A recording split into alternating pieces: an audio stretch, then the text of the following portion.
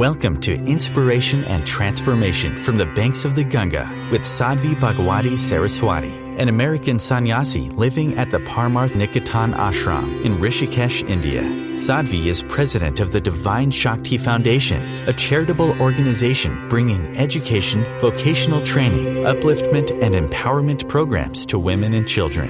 Sadhvi is also Secretary General of the Global Interfaith Wash Alliance and Director of the world-famous International Yoga Festival. Join the musings of an American sannyasi as Sadhvi shares the wisdom and teachings of her guru, His Holiness Pujya Swami Chidanand Saraswatiji.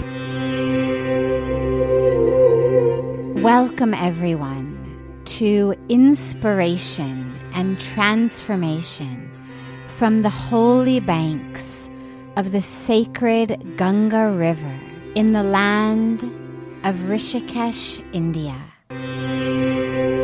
Was karma objective or subjective? How did God decide what was good, what was bad? And we had spoken about how there wasn't really any good or bad. There wasn't a punishment or reward, but rather it was how we used our circumstances. So today he said, well, but when you take someone like Hitler, who has wrought such evil and such suffering on the world, how does someone like that get away with it? Doesn't he have to pay in his next life? And even if he's born in a poor family, as you said, that's not necessarily punishment, because he could take it in a way that isn't punishment, and actually he could benefit from it. And so where's the payback? Okay. So the first thing to realize is that karma, there's 3 types of karmic fruit that we get. One of them is immediate. I won't go into too much philosophy of this, but it's important to know. One of them is immediate. So in this moment, I feel thirsty, I drink water, I'm no longer thirsty. Or I am in a bar getting drunk, somebody gets too close to me, I punch them, they punch me back. Right? This is what bar fights look like. Okay, immediate karma. I punched him, he punches me back. 30 seconds, fruit of that karma has manifest. Some karma is longer but short-term. Pujya Swamiji refers to it as short-term FDRs or short-term CDs. In America, they call them CDs. Here, they call them FDRs. FDRs. And long-term FDRs or long-term CDs. So you put money in an account in the bank, comes back to you after 3 years, sometimes after 10 years, sometimes next life. But all 3 of those are in operation all the time. You take someone like Hitler, and what you realize is we look at it and we say, here is a man who was bringing suffering to others. When is he going to suffer? Well, what I could tell you, without ever having met Hitler, without having read his biography or autobiography, all I know is the facts of the history. I haven't actually read anything that would give me insight into what he said. But what I can guarantee you is, without even having that, he was suffering. He was suffering before he did it. He suffered while he did it. And he suffered after he did it. And the way that I know that is, people who are not suffering don't make others suffer. When someone is peaceful inside, when someone is happy inside, they bring peace and happiness to those around them. No one who is peaceful and happy inside goes out and slaughters people. No one who is peaceful and happy inside rapes people or beats people up. And this is true even starting at school age. The bully on your schoolyard is suffering. he's being beaten at home, or his parents are going through a bad divorce, or something, I guarantee you, something is miserable in his life. Otherwise, we don't walk on a playground and start beating other people up. Suffering leads to actions of anger, of pain. It's all I know. This air conditioner back there gives us cool air. Right now in June, it's fantastic. Wish it were stronger. But if you stood there in January, you'd catch a cold. Stand there long enough, you're going to catch pneumonia. But because it's an air conditioner, all it has is cold air. It's not one of those fancy ones that can give you heat also. It's only got cold air. That's all it can give you. In January, when you get sick from it, you get pneumonia and you wind up in the hospital. You say, my God, that air conditioner killed me. Well, the air conditioner was just giving you what it had. Couldn't give you hot air, it didn't have it. In the same way, when people are causing pain to others, it's because that's what they have. They have pain, they have anger, they have fear, they have misery. And so he was suffering long before he planned this.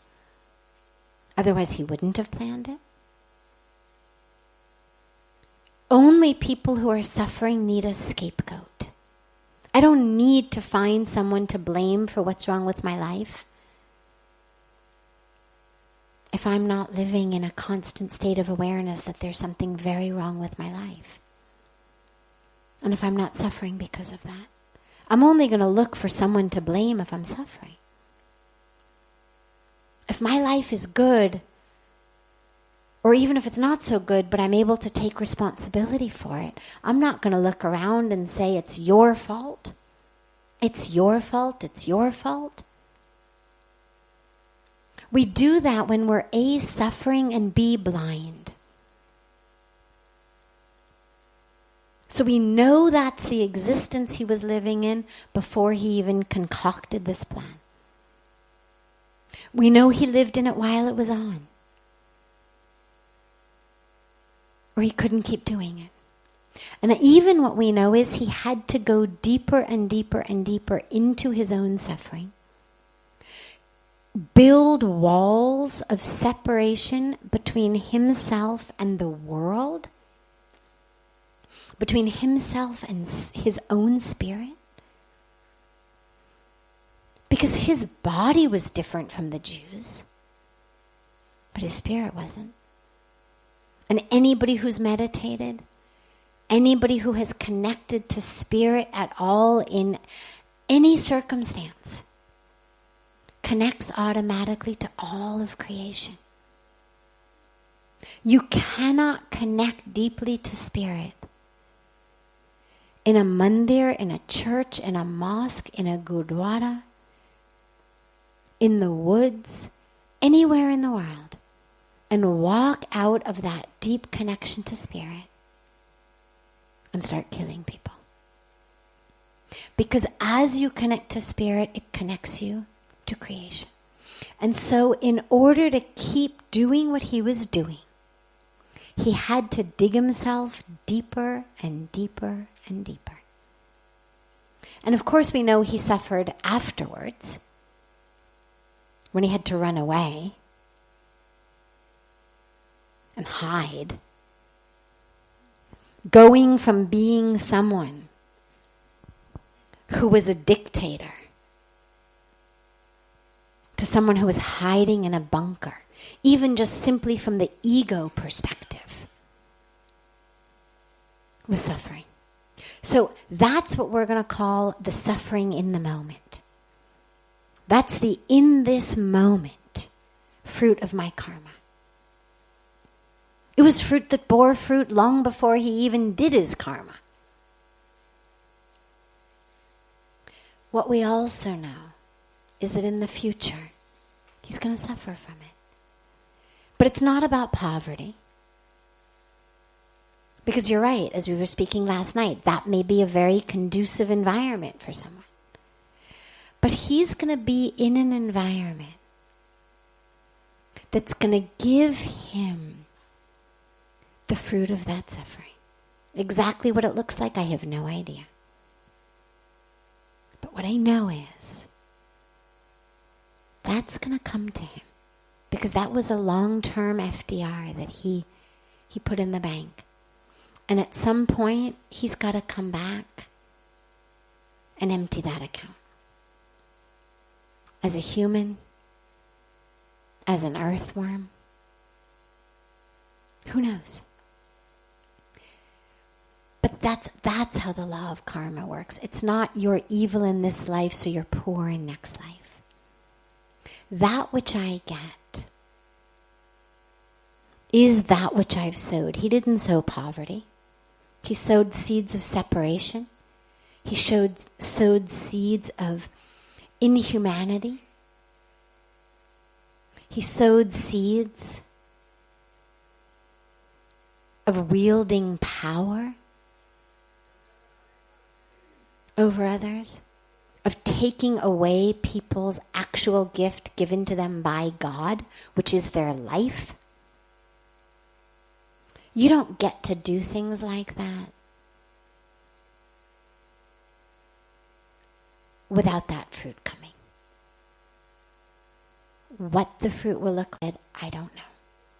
But yeah, you can be very sure that it's manifesting all around him in whatever role, whatever body, whatever life he may be in.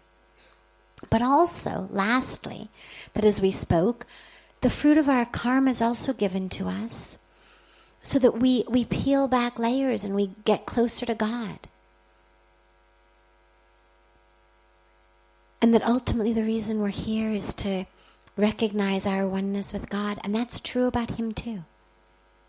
Which means that despite the heinousness of what he did, God never says, I won't be one with you. Yeah, you got to clear all this first. You got to go through all this. But ultimately, his path is the same as any of our paths, which is to peel back our layers. His seem a little bit thicker than many of ours, thankfully. But ultimately, he's on the same journey, which is how to get those layers of ignorance, of separation peeled back, so he too can recognize and experience his oneness with God. You're listening to OTR-FM, part of the IOM radio network. Being a radio host on IOM FM allows you to build your show on a rich platform with the power of the internet to fulfill your outreach goals and connect with a very specialized and global online audience, unlimited by time and distance. OMTimes Radio will provide you with web relevance, a recognizable conscious brand, and with the standard of excellence that has accompanied every single Circle of Hearts Radio is a sanctuary on the airwaves.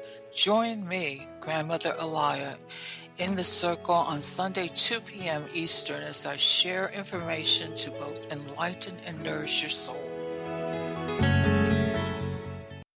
Hi, this is Christina Ricci with RAIN. Every 2 minutes, another American is sexually assaulted. If you or someone you know has been sexually assaulted, you are not alone. Help is just a call or click away through the National Sexual Assault Hotline. Please call 1-800-656-HOPE, that's HOPE, or visit RAIN.org, that's RAINN.org. Brought to you by RAIN and this station.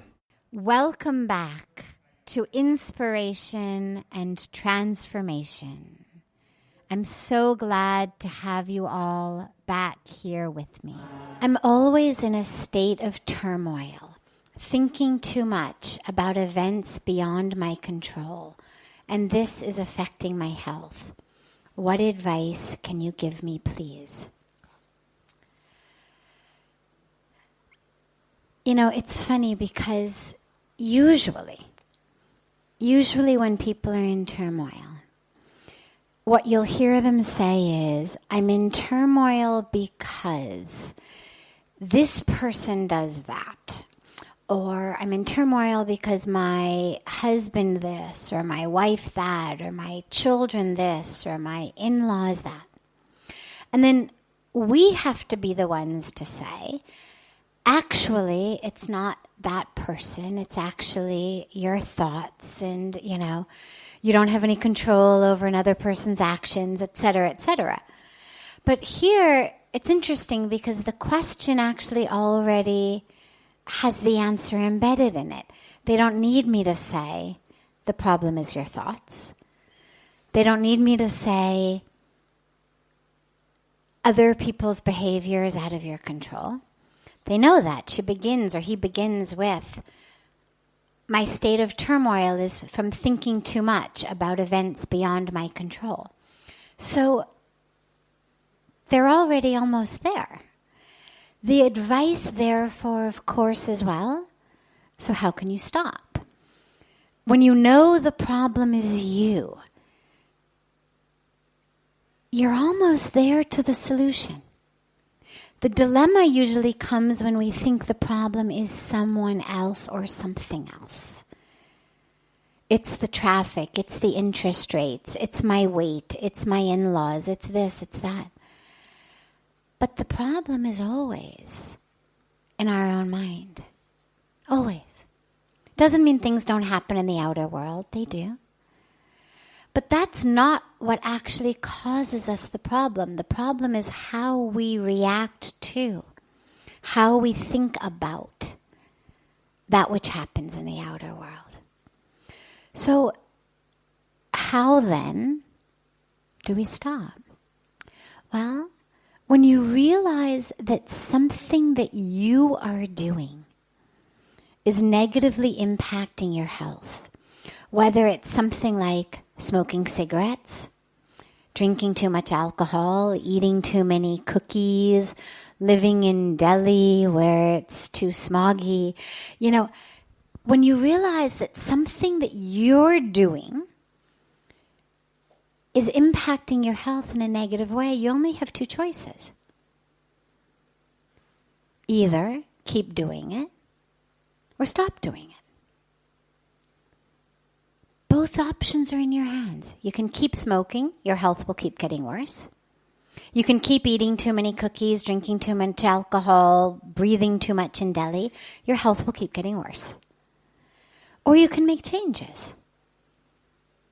Right? The doctor says, give up smoking or you're going to die of lung disease.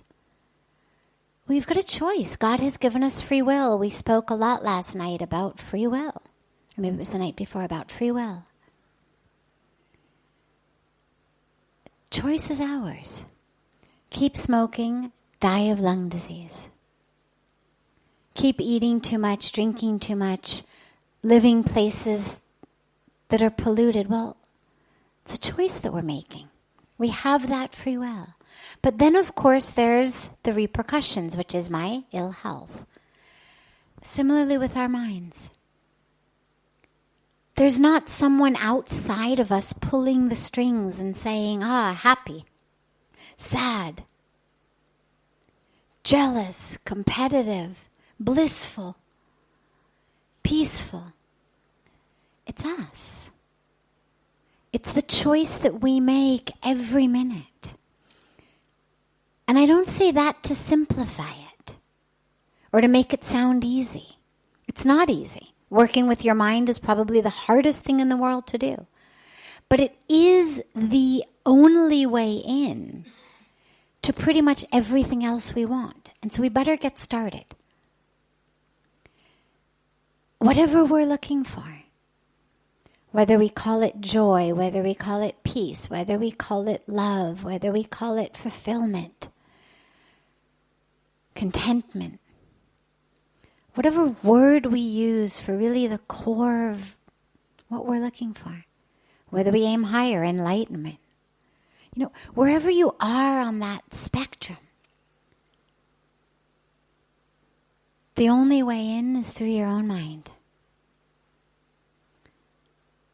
As Indreshji said tonight in the Aarti, there's no place you can go and buy cosmetics for the mind and the heart and the soul. Well, there's no place that you can go and buy peace and joy and fulfillment, enlightenment. But we have the tool in our hand. We have all of the necessary ingredients for that factory in our hands. It's our own mind. It's our own thoughts. And so just as it's not easy to stop smoking when the doctor says you're going to die of lung disease, just as it's not easy to stop eating the laddus or the cookies when, the doctor says you're diabetic, but you do it because you realize, well, I don't want to die of lung disease or diabetes or this or that. Yeah, it's hard, but it's worth it. I'm going to do it. It just requires, discipline, tenacity, a willingness to be temporarily uncomfortable. The desires are pulling you in one direction. The habits, the addictions are pulling you in one direction. Just one puff, it won't hurt you. Just one cookie, it won't hurt you. It's the low-fat kind. Whatever it tells us. It's the same thing as it leads us into our patterns of thought. Just to gossip this one time, just to be negative and criticize this one time, just to blame someone else, just to hold a grudge, just all these little choices that we make are the equivalent of the just another cigarette, just another cake, just another this, just another that. And it's up to us. What's more important to us? My health, physical, emotional, spiritual, or my habits?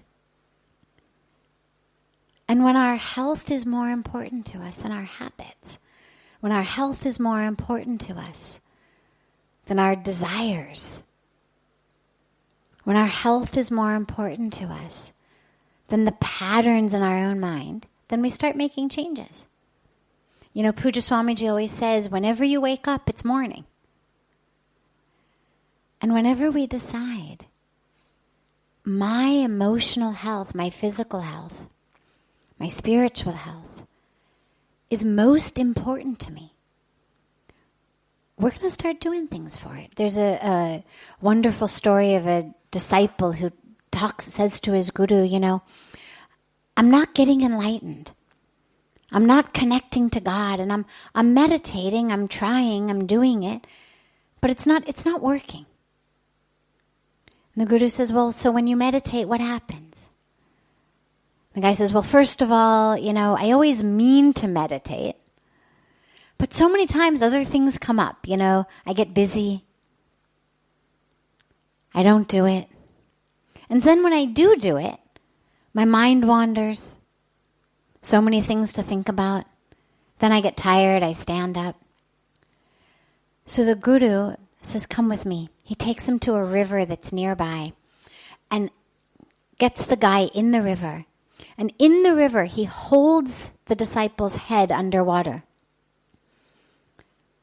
The disciple first thinks he's just being blessed. Then he realizes, oh my God, my guru's trying to kill me. So he starts thrashing around naturally, as you could imagine anyone would, whose head was being held underwater, even by their own guru. And finally, literally, when he just thinks he's about to die, the guru brings him up. And he says to the man, so what were you thinking about down there? I was thinking about, all I was thinking about was getting a breath. Guru said, did your mind wander? I said, of course my mind didn't wander. I was going to die if I didn't get a breath. And the Guru says, when you start to want enlightenment, the way that you wanted air, that is when it happens. It's not that the mind always wanders. It's not that you can't control it. It's that you don't want to control it enough. You don't want the alternative enough. The breath was more important to you than letting the mind wander. The breath was more important than all of the games the mind plays. So there it was. Stayed in one place, on your breath. No shopping lists, no grudges, no desires, no expectation, no what's for dinner. No, I can't believe he was rude to me yesterday. Just breath. And when you want enlightenment like that, that's when it happens. And so the answer to the question is just stop. Just stop the thoughts that are killing you. And you can. Again, it's not easy. It's simple, but not easy. And the only way to do it is to want the alternative. It doesn't matter if you want enlightenment. I don't care if you want that. We want peace. We want happiness. We want health. That everybody wants, regardless of whether you are on a spiritual path or not on a spiritual path. There's no one who says, oh yeah, I'd rather let my mind wander than have peace. I'd rather let my mind wander than be happy. We all want happiness. We all want peace. We all want love. And when we start to want that more than we want to let our minds wander, more than we want to hold a grudge, more than we want to be victims of our culture that tells us, here's what you need for a good life. Make sure you make a lot of money, make sure you acquire a lot of possessions, make sure this. As long as I want peace, and I want joy, and I want fulfillment, more than I want that, that is the only way to stop those thoughts. And you can do it. But you have to realize that it is your thoughts that are preventing you from having that. And so in every moment, the opportunity is have this thought that my mind has just started on, or have peace, or have joy. You know, I always talk about how our thoughts are tickets. And they take us to a destination. And whatever place you buy a ticket for, that's where you're going to end up. Get a flight to London, you're going to end up in London. Get a flight to Calcutta, you're going to end up in Calcutta. Get a flight to Chennai, you'll end up in Chennai. It's all a matter of where your ticket's to. And no one at any airport or any train station or any bus station can sell you a ticket until and unless you tell them where you want to go. It's the first question. Where to, ma'am? Where to, sir? And so what we're doing is we're buying tickets to our own misery. We're buying tickets to our own illness of mind, of body, of heart. And we wonder how we got there. It's like buying a plane to London, get on the flight, and the plane lands, and you're like, London? My God, how the hell did I get here? Well, you bought the ticket. You got on the flight. It's no one's fault but your own that you landed down in London. Not that there's a problem with London, of course. It was just a good example. But in the same way, we end up miserable. We end up depressed. We end up anxious. We end up unfulfilled. Well, we're the ones who have jumped on these thoughts, like we jump on boats and airplanes and cars and trains, that say, This would be better. That would be better. I should have this. I should have that. He's the problem. She's the problem. This isn't enough. That's not enough. I'm not enough. We jump on those tickets. We take the tickets, we jump on the vehicles. And so naturally we end up in misery. But it's not the fault of that which was going on around us. It was the fault of the thought. And so our thoughts are the most powerful tools we have. Use them. And again, I know it's not easy. It's simple, but not easy. But it's the only way. And so we better get started. And it takes a while. Getting control of your thoughts is not an overnight practice.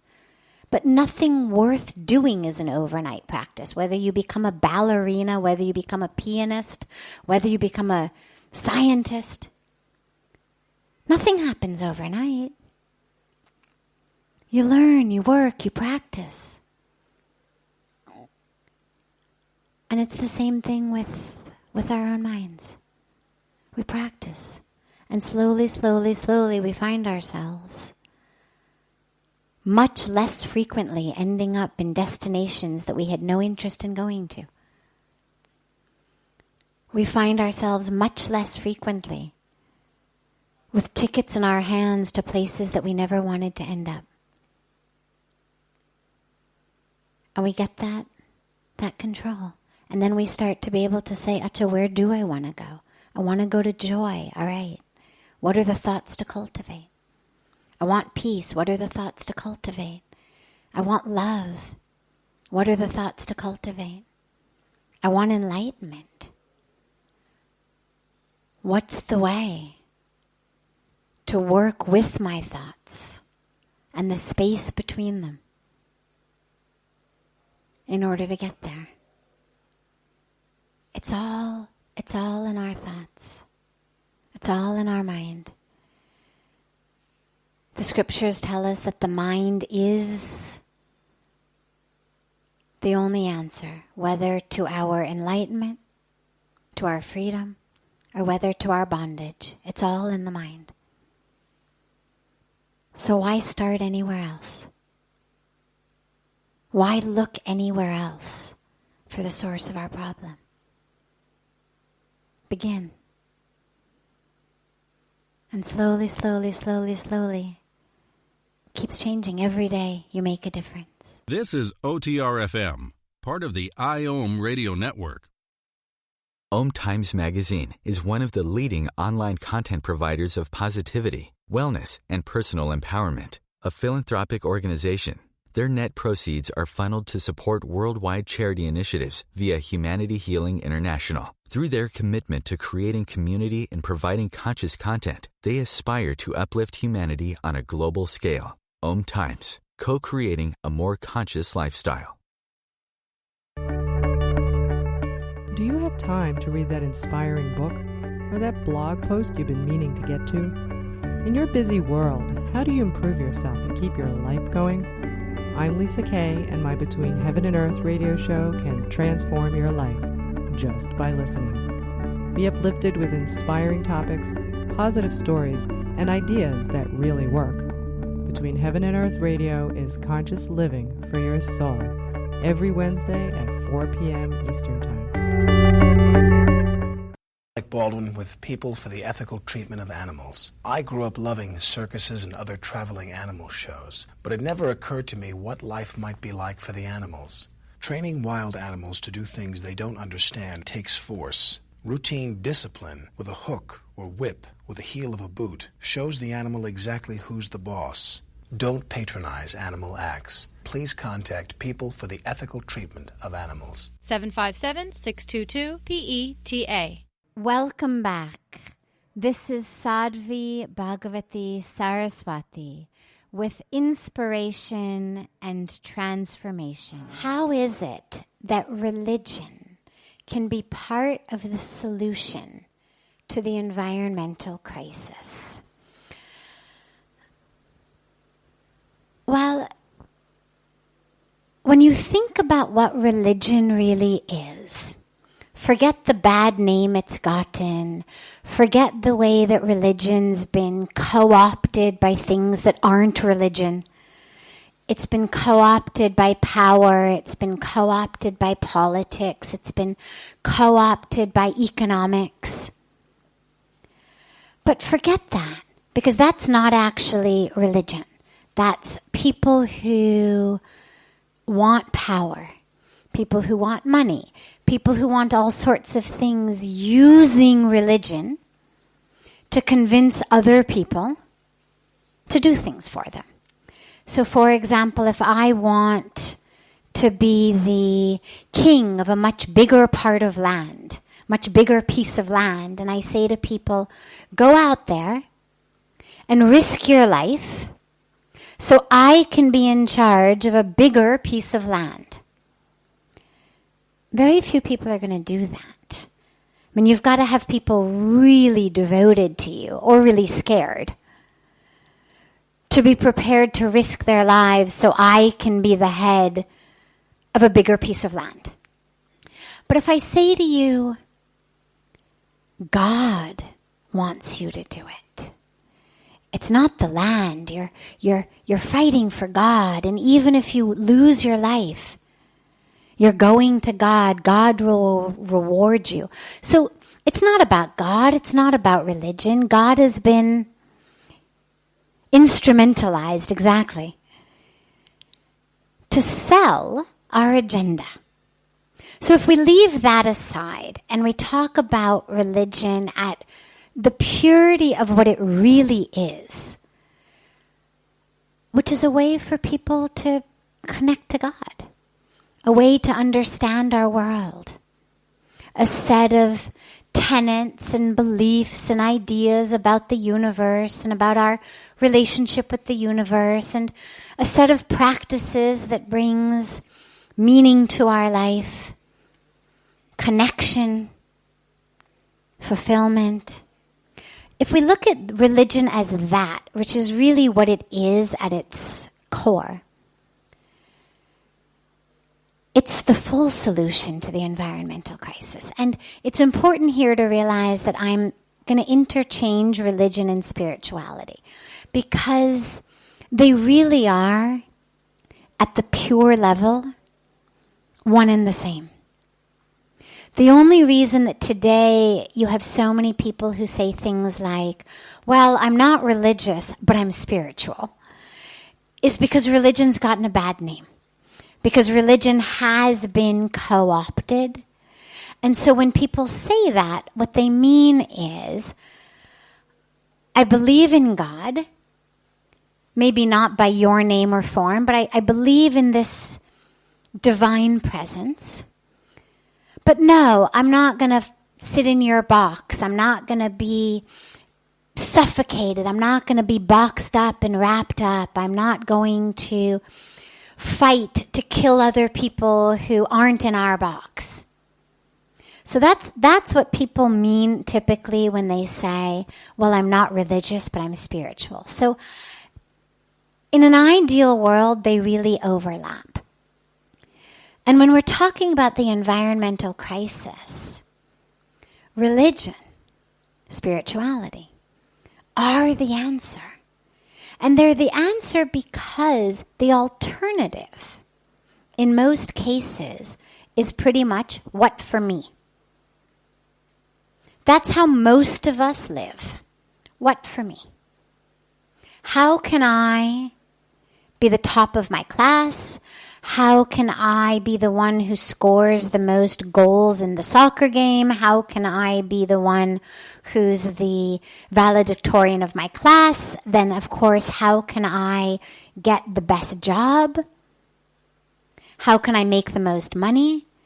How can I become the president or the CEO of the company? It's all for me. How can I get the car I want? We speak about a global water shortage. We speak about a global food shortage. We have tens of thousands of children who are dying every day. every day of hunger. Forget those who are dying due to lack of water. Forget those who are dying due to malaria or so many other illnesses. Just due to hunger. Tens of thousands of children every day. But we actually produce enough food to feed 10 billion people. But the food is being cycled into the cows and the pigs and the chickens who become our hamburgers and hot dogs and chicken McNuggets. We talk about a global water shortage. But the truth is, we actually, if we changed our practices, there would be enough water. The problem is that our practices, again, of what we eat, how we shop, what we buy, how we live, this more, me mentality is driving us to kill the earth. Everything we buy is produced somewhere. Things don't magically appear in thin air. Whether it's the clothing we wear, whether it's the cars we drive, whether it's the mobiles we use, every single thing that we use was produced somewhere. Somebody made it. There was some waste produced from it. Something had to be done with that waste. And as our world is being driven more and more by the more for cheaper, because I want to save my money, buy as much as I can for as little money as possible, we have a whole model that's rooted on how many corners we can cut. So you have sweatshops. You have women and children who are working in hazardous, horrendous, toxic conditions, dangerous conditions, 18, 20 hours a day. You have crops full of cotton being sprayed with God knows what kind of chemicals that are giving cancer to the cotton pickers and their birth defects to their children, that are sickening the people who drink the water that flows through the river downstream. Because here's a secret about life. Whatever you drop on the ground is going to end up in your river. It's the nature of how gravity works. It's the nature of how life, how the planet works. Whatever gets into our soil is going to end up in our water. Gets in our groundwater. And eventually it gets into our water supply or into the rivers that are irrigating our crops. And so as we're driven for more, we're polluting our soil, we're polluting our air, we're polluting our water, and we're depriving the humans with whom we share this earth, the human beings with whom we share this planet, of water, of food. Forget what we're doing to all the other species. The statistics are terrifying of how many species, just since last Earth Day, in the last year, how many species have gone extinct. The Amazon rainforest is being deforested at a rate of about an acre a minute. Sorry, a second. An acre a second. A little bit more even. It's the size of a football field. So however many acres a football field is per second, the Amazon is being cut down. Well, the Amazon produces 20% of the oxygen for the world. It absorbs about 20% of the world's carbon dioxide, and it holds about 20% of the world's water. What's it being cut down for? Beef.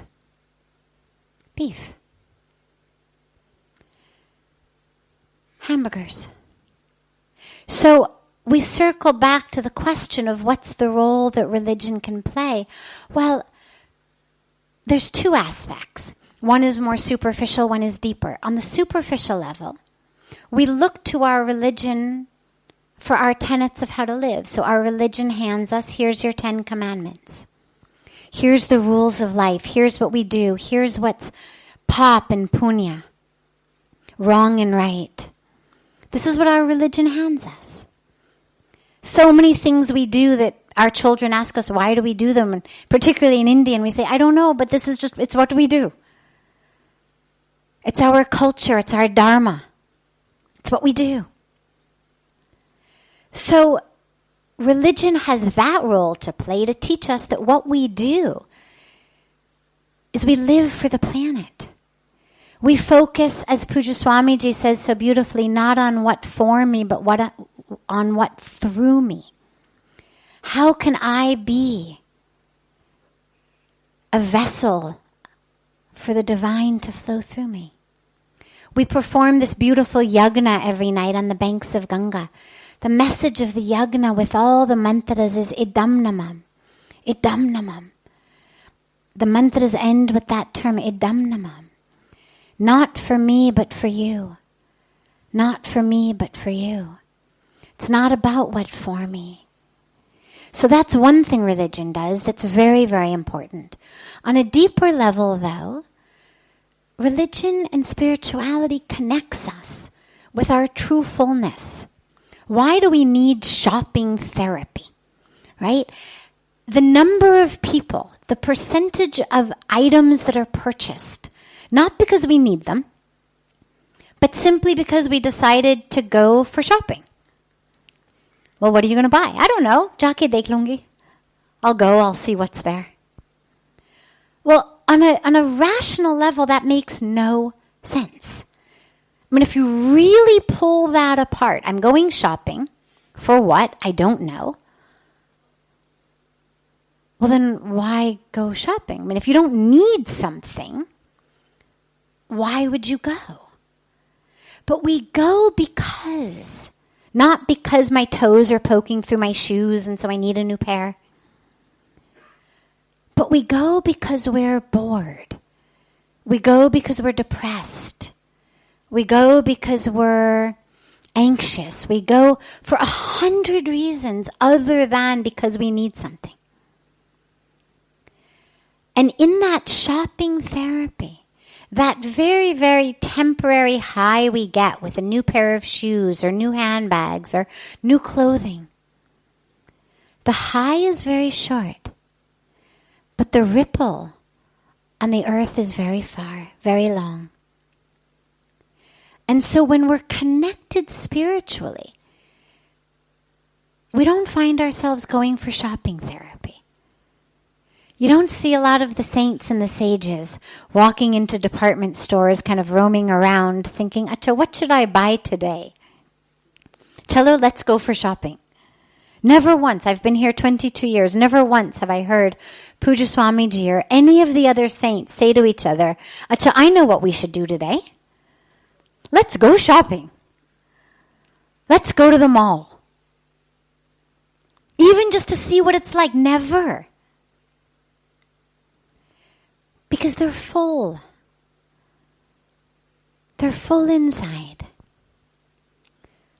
There's not a sense of I need something to fill me. And so this drive to constantly have more is rooted in a sense of emptiness inside. I'm filling a hole that tragically cannot be filled with a pair of new shoes. But I'm not aware of that, and so I keep doing it. Not only do I not help myself, but I'm harming the earth. And so if we dedicated as much time to our spiritual practices as we did to our shopping therapy, we would be much better off, because at the end of the day, we would actually have a happiness that lasted. And the earth would be much better off. So spirituality or religion is, in my mind, absolutely the key. But the last point I want to mention on this is, it's not the only key. Because you don't have to be religious. You don't even have to be spiritual in order to save the earth or make decisions to save the earth. You simply have to care about anything. It doesn't matter what you care about, as long as it's alive. You have to care about something alive. A person, an animal, your unborn grandchildren. If you care about anything that is alive today or is going to be alive in the future, making decisions and choices to save the earth is the only answer. If you knew that your home was filled with asbestos, or you knew that your home was built on top of some toxic gas leak, and you were pregnant, or your daughter were pregnant, or your daughter-in-law were pregnant, you'd let a child be born in that home? You'd continue to live in that home? Of course not. You would do whatever you could do to get the asbestos out, to get this toxic gas plugged up. And if you couldn't fix it, you'd move. You wouldn't continue to live there because you would know, I have to protect myself, I have to protect my family. And that's what's happening on Earth. It's becoming literally toxic. The air in Delhi is toxic. The soil in so many places is toxic. The water in so many places is toxic. And sadly, what we're seeing is people now doing research on, well, okay, on Mars, what can we grow on Mars? I mean, the amount of money that is being poured right now into research on what can be grown on Mars, how people could possibly live on Mars. I don't know the dollar amount, but it's huge. But there's no need to give up on this planet yet. If we took all of that energy that we were spending on figuring out how we can, grow potatoes on Mars, and figured out how to protect our own planet, we'd be able to do it. Abhi bahut bachi hui hai. There's a lot left. We're not yet over the tipping point. There's a lot that can still be saved. But it requires all of us to make a decision that's not about what for me, but that understands this is a family. No one would sit down at a table with their family members and grab the entire plate of chapatis that your mom put on the table. I mean, can you even imagine? 6 people sitting at a table, 8 people sitting at a table, a big stack of chapatis. One person reaches over, grabs the whole stack of them. Mother, we can't even think about it. You take one, then everybody else takes one, then, this is how we live. It's how we eat. If we understand that much about our own dining table, we have to understand it about our world, because our world functions the exact same way. There's a beautiful saying that says, the frog does not drink up the well in which it lives.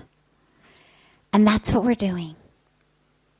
And so whether it's religion, whether it's spirituality, whether it's just caring about anything in the world, the earth is ours to care for, to protect, and to preserve. For us, the earth lived through the ice age.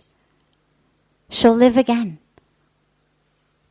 Whether we call it the fire age, whatever the next age may be, the water age, the ocean age, who knows what's going to happen? The earth will live. She doesn't need a fine balance of oxygen and carbon dioxide. She doesn't need a certain temperature. She doesn't need a certain amount of fresh water. We need it.